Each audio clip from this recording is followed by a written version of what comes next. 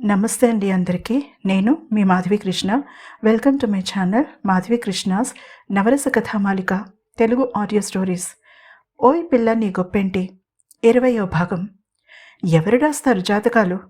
అతని ప్రశ్నని రిపీట్ చేసింది భాగ్యరేఖ సమాధానం కోసం తన మనసు అట్టడుగు పొరలలో వెతుకుతున్నట్టుగా. భార్గవ మాట్లాడలేదు. ఓర్పుగా ఎదురు చూస్తూ కూర్చున్నాడు. పూర్తయిన టైంని జ్యోతిష్య పండితుడికి ఇస్తే ఆయన లెక్కలు కట్టి తారాబలం గురించి చెప్పి మన భవిష్యత్తు ఎలా ఉండబోతోందో చెప్తారు. అతనికి వివరించడానికి ప్రయత్నించింది. మీరు ఆ బుల్షిట్ని నమ్ముతారా అని. సారీ నా భాషకి అన్నాడు భార్గవ. పర్వాలేదన్నట్టుగా నవ్విందామే. డిగ్రీ తీసుకున్న కొత్తల్లో నమ్మేదాన్ని కాదు, కానీ రాను రాను ఇన్సిడెంట్స్ అలా జరుగుతుంటే ఏం చేయాలి? మొదటిసారిగా నా 15వ ఏట కూర్చున్నాను పెళ్లి చూపులకి. నా క్లాస్మేట్ వాడు 10వ క్లాస్ ఫెయిల్ అయ్యాడు. నేను ఫస్ట్ క్లాస్లో పాస్ అయ్యాను. సో ఇక పై చదువులు వద్దన్నారు. సాయంత్రం పెళ్లి చూపులనగా ఉదయం వాడిని పాము కాటేసింది పొలంలో చెప్పింది భాగ్యరేఖ కింద పడి ఉన్న కులకరాయిని తీసి దూరంగా విసురుతూ. ఏమైంది వాడికి? చచ్చాడా? నిర్లక్ష్యంగా అడిగాడు భార్గవ. లేదు, బ్రతికాడు, టైంకి వైద్యం అందడంతో చెప్పిందామె చిన్నగా నవ్వి. మరి మీది నష్టజాతకం ఎలా అయింది? అదే నిజమై ఉంటే వాడు స్పాట్లో చచ్చి ఉండాలి కదా. సరే వదిలేయండి, ఈరోజు పెళ్లి చూపులు కదేంటి అడిగాడు భార్గవ. యాక్సిడెంట్ కేస్, కొద్దిలో ప్రమాదం తప్పింది చెప్పింది భాగ్యరేఖ సీరియస్గా ఆలోచిస్తూ. ఈ సాల్తీ కూడా బ్రతికినట్టేగా. నాకు అర్థం కాని పాయింట్ అదే. మీరు కష్టాలు పడతారు అంటే మీ జాతకం నష్టం ఎలా అయింది? అయినా ఈ 2 సంఘటనల్లో ఇద్దరూ బ్రతికారు. బహుశా మీతో పెళ్లి చూపులకి వెళ్ళబోతున్నారు కాబట్టి మీ జాతకం వాళ్ళని సేవ్ చేసిందేమో. ఇదంతా అర్థరహితంగా ఉందని నాకు తెలుసు, కానీ ఆలోచిస్తే నాణ్యానికి 2 వైపుల నుంచి ఆలోచించాలి, కానీ ఒకవైపు నుంచి కాదు అని చెప్పడమే నా ఉద్దేశం. ఆ చేసుకోబోయేవాడు మిమ్మల్ని కష్టాలు పెడతాడేమో అనుకోవచ్చుగా. ఆ లెక్కన ఈ సంబంధాలన్నీ తప్పిపోయి మీరు సుఖజాతకురాలయ్యారని సంతోషించక ఏడిపెందుకండి అడిగాడు సూటిగా భార్గవరాం. భాగ్యరేఖకి నవ్వొచ్చింది. సుఖజాతకురాలా? ఆ మాట గమ్మత్తుగా ఉంది అంది నవ్వుతూ. మత్తు గమ్మత్తు, ఈ కిస్మత్తు అన్నాడు తాను కూడా నవ్వుతూ భార్గవ. కిస్మత్ అంటే నుదుట రాత అని అర్థం వచ్చేలా సైగ చేస్తూ. మీరు భలే మాట్లాడతారు అంది నవ్వుతూనే. అవి ఫ్రీ అండి, ఎక్కడ కొనలేదు, ప్రైస్ ట్యాగ్ లేదు అన్నాడు సీరియస్గా భార్గవ. ఆమె భక్కున నవ్వింది. అబ్బా, ఒక్క క్షణం ఆగండి, నవరత్నాలు రాలాయేమో చూసి ఏరుకుంటా. ఎంత డబ్బున్నా డబ్బెవరికి చేదు చెప్పండి కింద వెతుకుతున్నట్టుగా నటిస్తూ అడిగాడు భార్గవరాం.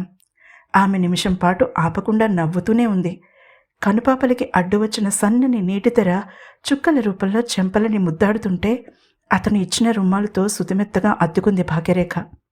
నేను ఇన్ని చెప్పాను, మీ బాధకి కారణం మీరు చెప్పారా? కొన్ని నిమిషాలు మౌనంగా గడిచాక అడిగింది రేఖ. అతను ఆశ్చర్యంగా చూశాడు ఆమె వైపు. ఆమె చిన్నగా నవ్వింది. ఒకగూటి పక్షులు తెలిసిపోతాయి. మీ పెదవుల మీద నవ్వు మీ కళ్ళని చేరడం లేదు. మీ కళ్ళలో ఒంటరితనం చెప్తోంది.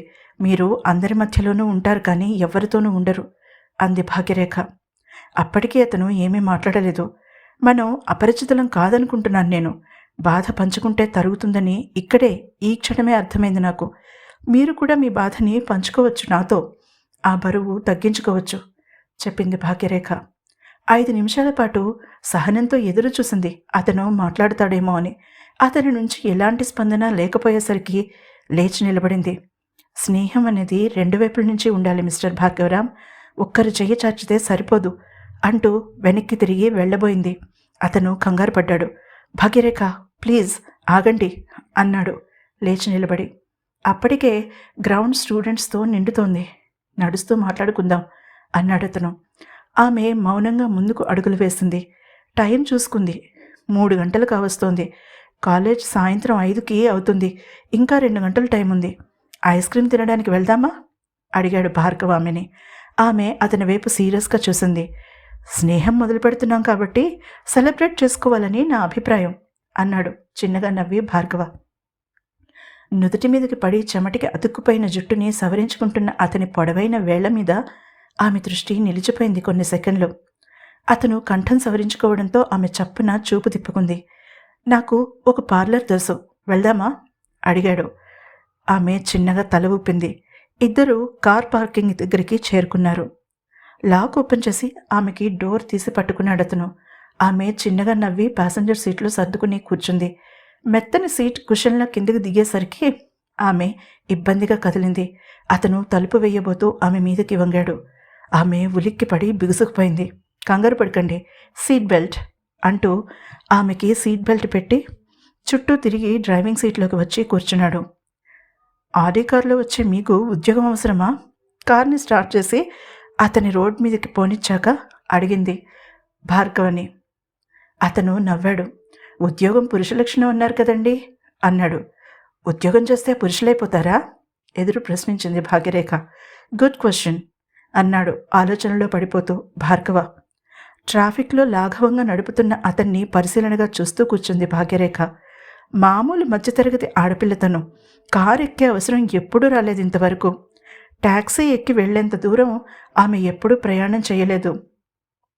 ఆటో కానీ తమ్ముళ్ళ బైక్లు కానీ ఆమె ట్రాన్స్పోర్ట్ విధానం.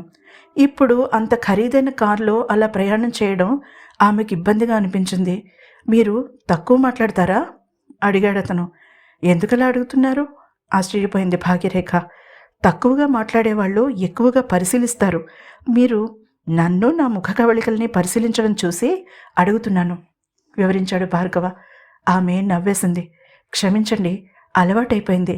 లైబ్రరీలో కూర్చున్న పిల్లలని పరిశీలించడం అలవాటు. కొందరు కబుర్లు చెప్పుకోవడానికి వస్తారు, కొందరు ప్రపోజ్ చేయడానికి వస్తారు, కొందరు మొదటి ముద్దు రుచి చూడడానికి వస్తారు చెప్పింది భాగ్యరేఖ. మొత్తానికి చదువుకోవడానికి ఎవరూ రారన్నమాట అన్నాడు నవ్వుతూ భార్గవ. రారు అంది తను కూడా నవ్వుతూ. ఇద్దరూ అతను చెప్పిన పార్లర్కి చేరుకున్నారు. పార్కింగ్లో ఆపాక ఆమె సీట్ బెల్ట్ తీశాడతను. మీరు ఇక్కడికి తీసుకువస్తారని తెలిస్తే ఇంటికి తీసుకువెళ్ళమని బట్టలు మార్చుకునేదాన్ని అంది నవ్వుతూ భాగ్యరేఖ. అందుకే చెప్పలేదు, ఆ టైం కూడా నాతో గడుపుతారని ఆశతో అన్నాడు. బయటికి వచ్చి కార్ డోర్ సున్నితంగా వేసి ఆమె వైపు పరుగున వచ్చి తలుపు తీసి పట్టుకుంటూ. మీరు చాలా పద్ధతైన అబ్బాయి అంది నవ్వుతూ. మీరే అన్నారు అబ్బాయి అని. అందరూ అంకుల్ అనేస్తున్నారు తెలుసా. జుట్టుకు రంగు వేద్దామంటే ఊడిపోతుందని భయం అన్నాడు రహస్యం పంచుకుంటున్నట్టుగా కంఠం తగ్గించి. భాగ్యరేఖ పక్కన నవ్వింది. అతను ఆమె కోసం తలుపు తీసి పట్టుకున్నాడు మళ్ళీ. అది కృతకంగా లేదు. అతనికి అది బాగా అలవాటైన పనిలా చేసుకుపోతున్నాడు. తన చెల్లెళ్ళ కోసం ఎలా చేస్తాడో అలా. అది బాగానే అర్థమైంది భాగ్యరేఖకి. అతన్ని అనుసరించింది. థ్యాంక్ యూ అంటూ. ఇద్దరూ ఒక కార్నర్ టేబుల్ ఎంచుకుని కూర్చున్నారు. మీరే ఆర్డర్ చేయండి, ఇక్కడ స్పెషల్స్ నాకు తెలియవు కాబట్టి చెప్పింది కుర్చీలో వెనక్కి వాలి కూర్చుంటూ. మనిషి జీవితం ఎంత అన్ప్రెడిక్టబుల్ అన్నది ఈ సంఘటనతో నిర్ధారణ అయింది ఆమెకి. పెళ్లి చూపులు తప్పిపోయాయన్న బాధ ఎప్పుడూ మాయమైపోగా ఒక అపరిచిత వ్యక్తితో స్నేహం చేసి ఐస్ క్రీం పార్లర్ వరకు వచ్చింది. ఆమెకి ఈ అనుభవం కొత్తగా ఉంది. మనసంతా బరువెక్కిపోయి ఇంటికి వెళ్ళి దెబ్బతిన్న కుక్కపిల్లలా ముడుచుకు పడుకుని తన గాయాలని తానే నాక్కుని మాన్పుకునే అడవి జంతువులాగా పడి ఉండడం జరిగేది మామూలుగా అయితే ప్రతిసారి. కానీ ఈరోజు ఎందుకో అందుకు భిన్నంగా జరుగుతుంటే మనసు దూదిపింజలా ఎగురుతోంది. అతను ఆర్డర్ చేశాక ఆమె వైపు చూశాడు. ఆమె కొద్దిగా ముందుకు జరిగి టేబుల్ మీద కుడి చేతిని ఆనించి ఎడమ చేతిని బుగ్గకి ఆనించుకుని పెద్ద పెద్ద కళ్ళతో చుట్టూ పరిశీలనగా చూస్తోంది. ఆమె చూపులు వెన్నెల జలపాతాలు అతన్ని నిలువునా తడిపేస్తున్నాయి. ఆమె చూపులు మెత్తని చురకత్తులు సూటిగా గుండెల్లో మెత్తగా దిగిపోతున్నాయి. అతను తనని తాను అదుపు చేసుకోవడానికి ప్రయత్నించాడు. ఆ చూపుల వలలో చిక్కుకోకుండా. తన జీవితంలో ఆకర్షణ, ఇష్టం, అమ్మాయి అనే పదాలకి స్థానం లేదు. అప్రయత్నంగానే అతని చెయ్యి అతని గుండెల మీద వేళ్లాడుతున్న గొలుసును తాకింది. అక్కడ తగిలింది అతనికి ఆ గొలుసుకి తగిలించి ఉన్న ఉంగరం. అతను భారంగా నిట్టూర్చాడు. భాగ్యరేఖ, నా వయసు 30. నేను పుట్టిన 5 ఏళ్లకు పుట్టింది నా చెల్లెలు శిరీష.